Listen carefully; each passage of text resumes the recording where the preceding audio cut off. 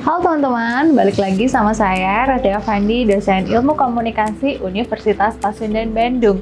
Selamat datang kembali di channel saya, di mana teman-teman akan lebih tahu, lebih paham, dan lebih ngerti tentang segala sesuatu yang berhubungan dengan ilmu komunikasi. Tentunya dengan cara yang menyenangkan dan pastinya akan bikin teman-teman semua auto ngerti. Teman-teman, video-video yang saya buat ini semata-mata bukan hanya untuk teman-teman yang lagi sekolah ilmu komunikasi aja, calon sarjana, magister, doktor, atau bahkan profesor dalam ilmu komunikasi, tapi untuk semua umat manusia di muka bumi ini. Kenapa? Karena selama kita hidup, kita nih nggak bisa lepas dari yang namanya komunikasi. Nah teman-teman, di video yang sekarang saya mau share sama teman-teman, saya mau ngobrolin tentang media dan propaganda. Nah, kenapa sih media tuh selalu nempel sama propaganda, atau propaganda itu nggak bisa lepas dari yang namanya media? Let's check it out ya. Kita bahas satu persatu dari mulai media dulu. Nah, dalam hal ini yang mau kita bahas yakni media massa. Induk semangnya kali ya, media massa dulu.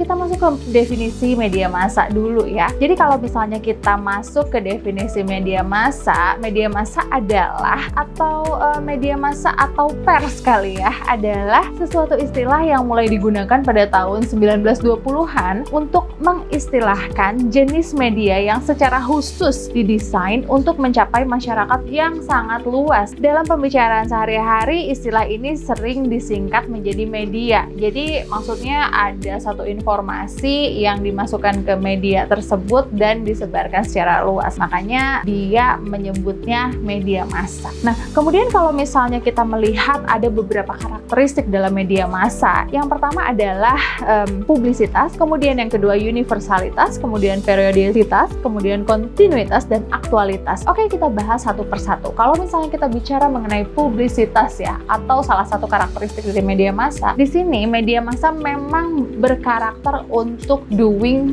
publishing ya, untuk mempublish sebuah informasi, menyebarkan sebuah informasi. Dan yang kedua karakteristiknya yaitu universalitas, universe luas maksudnya dalam hal ini. Kemudian yang ketiga karakteristiknya adalah periodisitas. Jadi ada periodnya, dalam hal ini kalau misalnya kita melihat sebuah informasi itu selalu update ya. Jadi ada periodiknya atau ada waktunya dan selalu update. Soalnya ini informasi nyampe jam segini, boleh jadi 2 jam setelah itu informasi udah robah lagi. Nah kemudian kalau misalnya kita lihat karakteristik yang keempat yaitu kontinuitas, itu informasi terus update secara kontinu, terus dan tidak pernah berhenti. Nah kalau misalnya kita lihat di karakteristik yang kelima yakni aktualitas, maksudnya dalam hal ini aktualitas itu up to date. Jadi orang-orang yang sekarang selalu nempel sama gadget, kita bisa bilang mereka adalah orang-orang yang up to date karena ya itu dia, informasi di gadget kita itu nggak pernah berhenti. Lanjut ya, kita masuk ke jenis-jenis media massa. Kita bicara mengenai yang pertama media massa konvensional, dan kemudian yang kedua yakni media baru atau new media. Nah media massa konvensional kita bisa lihat media massa elektronik ya,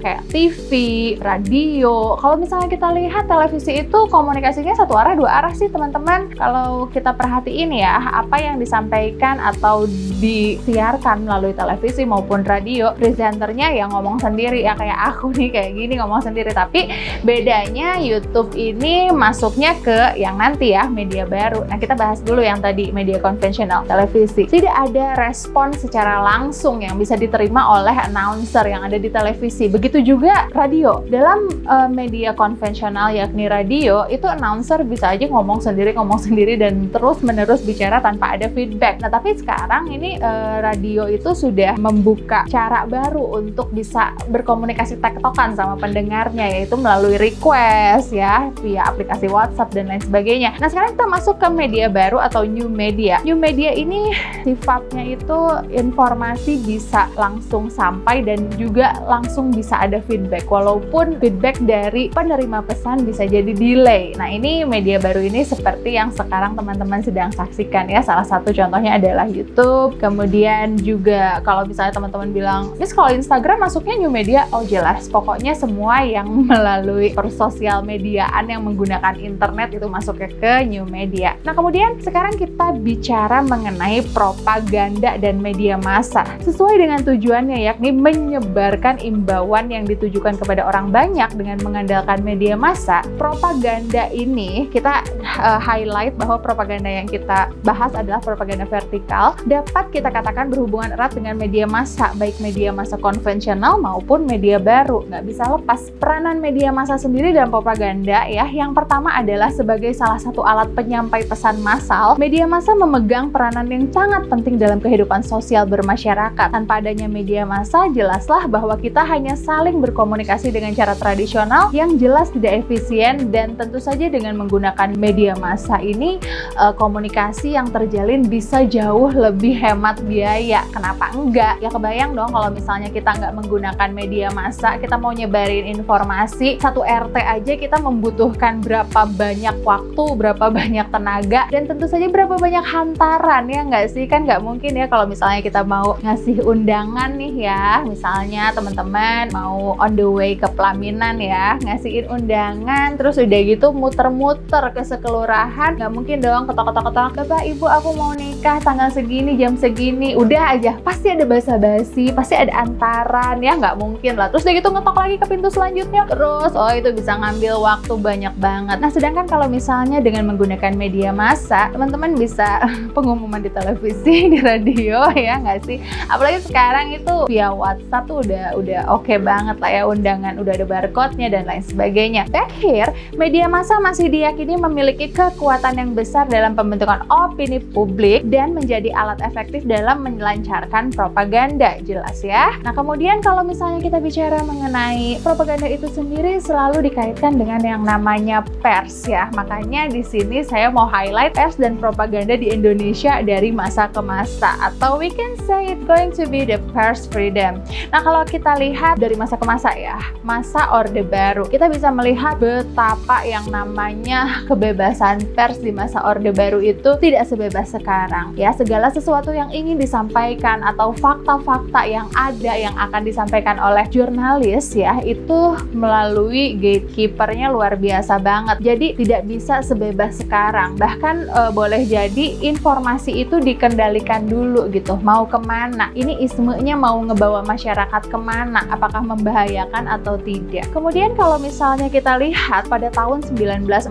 sampai 1950, pers sering juga disebut sebagai pers perjuangan ya. Masa-masa itu yang namanya wartawan, yang namanya jurnalis, mereka itu just like a hero gitu ya. Mereka itu memang melakukan perjuangan yang luar biasa. Betapa tidak, yang namanya informasi itu sangat sulit untuk diraih, sangat sulit untuk disampaikan. Jadi mereka itu betul-betul menyampaikan informasi yang didapat dengan sulit juga disampaikan lagi ke masyarakat dengan sulit juga, tidak semudah sekarang. Kemudian di periode yang selanjutnya tahun 1950 sampai 1960-an, masa ini adalah masa pemerintahan parlementer atau masa demokrasi liberal. Pers di sini dikenal sebagai pers partisipan, di mana mereka it could be dilibatkan dalam penyampaian informasi yang dilakukan oleh pemerintah. Nah, kemudian masuk ke tahun 1970-an. Nah, dalam hal ini kita lihat di tahun 1970-an Orde Baru mulai berkuasa. Pada masa itu pers mengalami depolitisasi dan komersialisasi pers. Kebayang nggak sih depolitisasi itu seperti apa? Jadi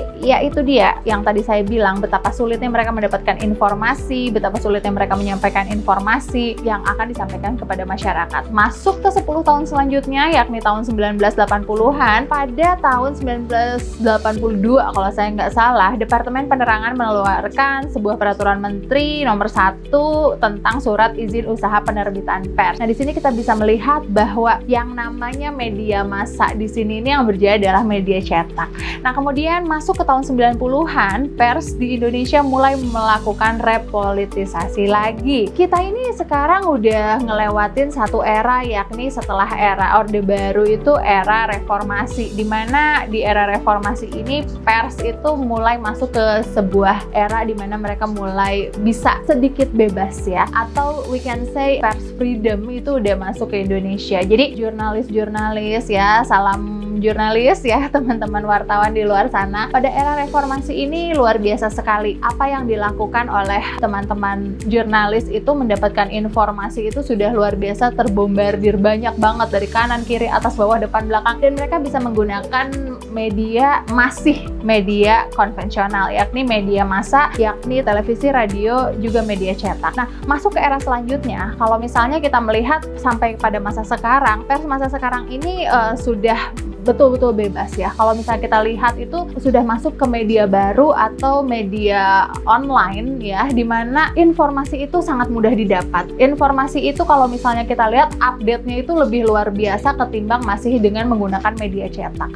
ya. Kalau misalnya kita lihat di negara-negara tetangga ya, yang namanya kebebasan pers itu kita nggak bisa samaratakan dengan apa yang terjadi di Indonesia. Terlebih lagi kalau misalnya kita lihat negara-negara dengan isme yang berbeda dengan kita. Contohnya saja pers di Rusia ya, pers di negara-negara yang konflik ya.